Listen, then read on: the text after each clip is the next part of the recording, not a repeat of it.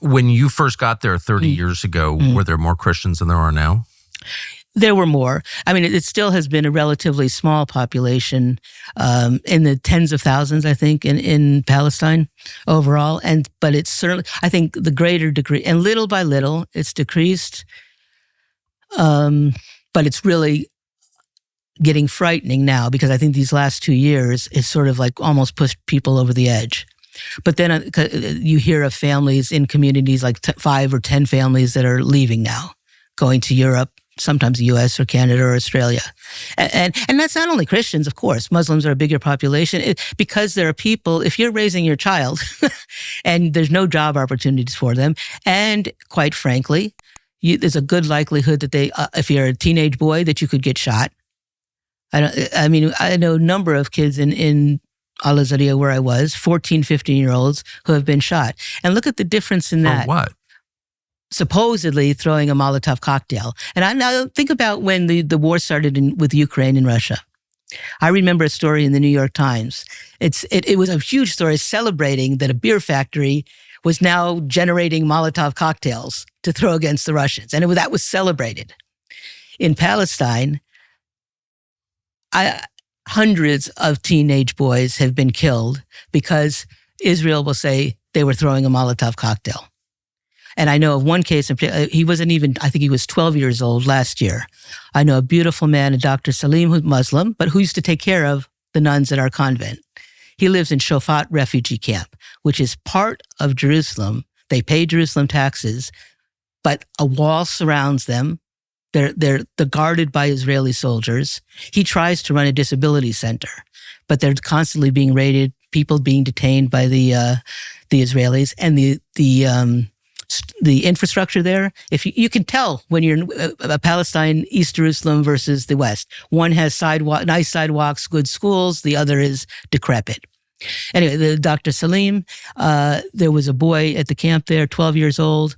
It was a Muslim holiday, and he was shot dead. And what they said was he had thrown a Molotov cocktail. He was 200 yards from any soldier, and they shot him dead. But that literally happens every day. I have a young man that we just helped come to America a year and a half ago who lives north of Hebron, a Christian, and his family, he went to school a half hour north in Shepherd's Field. We wanted to bring him to America because he was at that age where you look the wrong way at a soldier and it's possibility of getting shot. He's Christian, but he could be Muslim. It doesn't, the point is that this is what happens to them. So any normal family, they want to stay in their land. It's difficult to immigrate. How are you going to be treated going to another country and have to, pick up your livelihood and leave other family members? It's not an easy thing to do, but yeah, it is happening that the population is declining, and the priests are very concerned. I've talked to a number of priests in the West Bank, and they're aware of the situation. So what we're hoping to do, there's sort of a latent movement of Christians that don't have this Christian Zionist perspective. And, the Catholic Church has always done some to support the communities over there, but we haven't done anything politically, because ultimately it's not the money that's needed now. It has to be the change that we have to change the support of Israel. If you allow the settlements to continue, if you continue, James Carville, right? He was under Clinton, and he came up with a phrase for the campaign, it's the economy, stupid. The problem with Israel and Palestine is not Muslim versus Jew. It's the occupation, stupid. That's really what it comes down to. And unless we get something where a sovereign Palestinian state where they're granted their freedom is created, and maybe that'll be 2 states with a boundary, or maybe it'll be some sort of confederation. That's up to the politicians to decide. But unless there's freedom and an ability for the Palestinians to develop and be free to have their country, Christians will continue to leave. And what will happen, not only those living stones will leave, but the holy sites. What gives me the greatest pleasure is after I left Jerusalem, I've lived in America, but 2 times a year I bring pilgrims, people who want to come and visit the holy sites, go and see where Jesus Christ was crucified and resurrected, go see where he was born, go up to the Sea of Galilee, be a part of that. And one of our saints says, taking a pilgrimage to the Holy Land is like the 5th gospel. So we can read the Bible all we want, but it's when we go there and really are at the places where our Lord walked and lived and performed his miracles, that you really, it deepens your Christianity and your sense of one of the loveliest things is I take people of all ages and I'll ask them, younger people at the end of the trip, so what you like the most? And some people might say the Dead Sea or something, but I've also been struck that 15-year-old boys will come back and tell me it's when we went to the Holy Sepulchre and to the tomb of Christ. Yes. So there's obviously something there that's important to our Christian heritage. And what's happening is if the Christians are forced to leave, if Israel takes greater control, what we will have is museums. They won't be living places of prayer. And that will be a great tragedy, not only for the Christians, but I think for the whole world. Yeah, because they're not owned by a government. I mean, these are pre-existing. Of course, they've been there for centuries. Exactly. And they have gone down in up. I mean, there have been times over the centuries where Christians have had difficult times and then rose up again and did. So I think actually we're in one of those dark times. I mean, we could go into a whole explanation of why the world way it is. Why do we even allow? This is mind-boggling to me. It's getting painful. I can't look at anything right now. I think a lot of people. Every day, these stories of what is happening and people justifying it. To anyone with a conscience, it's sort of like, what are we doing? And how has this evil been allowed to grow and develop? Did you make any converts in Palestine ever? Did you mean see of Muslims converting to Christianity? You have to be careful with it, but I will say that I do know there's Muslims that have converted to Christianity, but it's not something you can do openly. Not that they're going to be killed, but it won't be looked upon well. And it's not easy to do. Is it legal? To proselytize? In Palestine? Yeah. You can talk to people. I guess it doesn't, the interesting thing is I'm Orthodox. And in Orthodoxy, we aren't really a proselytizing faith. It's a faith that becomes of what you are and how you live. You know what I mean? It says you don't actively do missionary work in a lot of cases. Mostly it's just by your example. And that was the first Christians, right? And who were martyrs or were people, or their way of life, because they weren't pagans, because they were trying to treat people decently, and people responded to that. You were following the message of Christ, and that people said, oh yeah, well, we really don't want to live like the Sybaritic life that we were living before. And that looked appealing to people. So that is what the witness of Christianity is. And that's another reason why, if it's gone, it'll only hasten the bloodshed and the destruction in the Middle East, because I think the Christians are a buffer between Muslim and Jew in Palestine and Israel. That makes sense. Absolutely. Were you there? There was a siege at the Church of the Nativity in Bethlehem, birthplace of Jesus. Yeah. Maybe 2002, I remember. Oh, yes, I was there. Yeah. I had, that's where I became especially close to the Palestinian Christian community, because in Bethany, there aren't that many Christians, but we had teachers from there and students from there, the boarding students. And when the siege happened, it wasn't just a siege on the church itself. What they claimed was that there were some fighters that were in the church which actually that's a Christian tradition, for people to take refuge in a church. But the Israelis used that as a way to, they besieged the church. But the whole town was under siege, not just the church. So that meant that the teachers who lived in the Bethlehem area couldn't get out of Bethlehem to come over to Bethany. People couldn't get food and medicines. After a while, it became, I would get calls and saying, my neighbor has epilepsy and we cannot get a new medication for her. Can you find a way to get something in, through a care organization into us?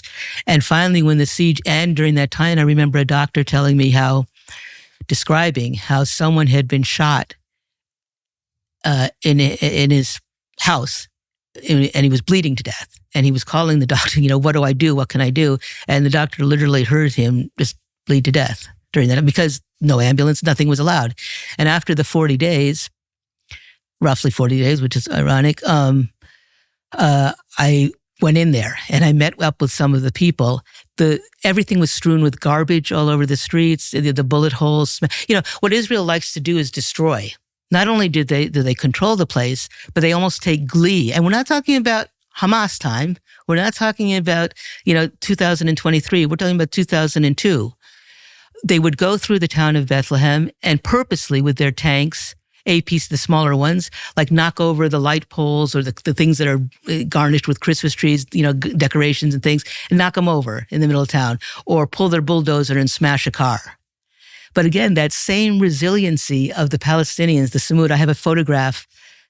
He's actually the father of one of the priests now in Bethlehem. And he's sitting on his car that had been smashed by the Israelis, just with a smile, kind of like, you're not going to stop us. We're going to carry on. You did this to me, but I'm going to carry on. There were people shot inside the Church of the Nativity. Yeah, the bell ringer there was shot dead. Yeah, and I know monks were there. Was he a Christian? Of course, yeah. So that was the moment. And Christians were shot outside the church. I don't know if it was exactly during those 40 days, but a young 16-year-old boy, an altar boy of the church, there were curfews going on, and they had tanks all around the city circling them, and he was out with his 70-year-old cousin, I think it was, and they were just kicking a soccer ball. He was shot dead by a sniper, 16-year-old Johnny Talgia.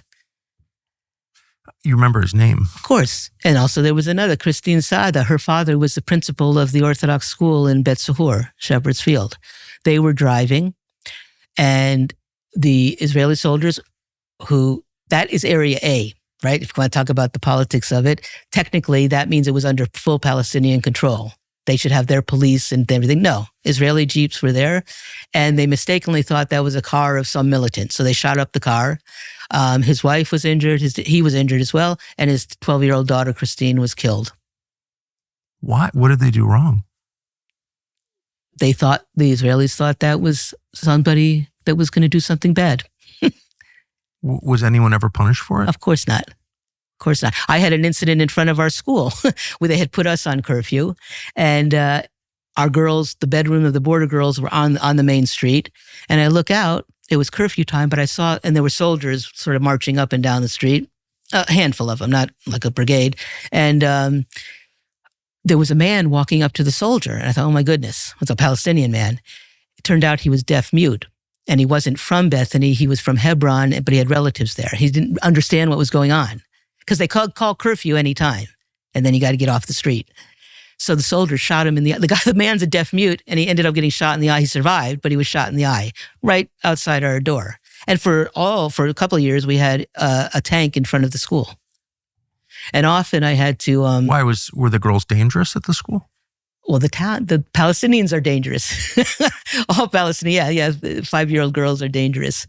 But what was danger to us is Mount of Olives. This was while the process of the wall being built. There had been a situation where some settlers, probably the followers of Ben Gvir, they had taken a little truck, and they had explosives, and they had gone in front of a high school on the top of the Mount of Olives. Fortunately, it was stopped before they blew it up. So every day, I remember, for at least 6 months, because they'd also done something similar near us, near the Mali Adumim settlement, I would actually go, we had a fairly large property, and there's like gates on either side where the girls would come in. Every morning, I'd be up at 6 a.m. and go make sure that I didn't see like a little bomb someplace, because that was what was going on. And totally was settlers, you worried the settlers would bomb the school? They attempted to. Why? There were a couple occasions. Palestinians. But kids. Doesn't matter. Doesn't matter at all. I remember thinking in 2002 when the bell ringer was shot in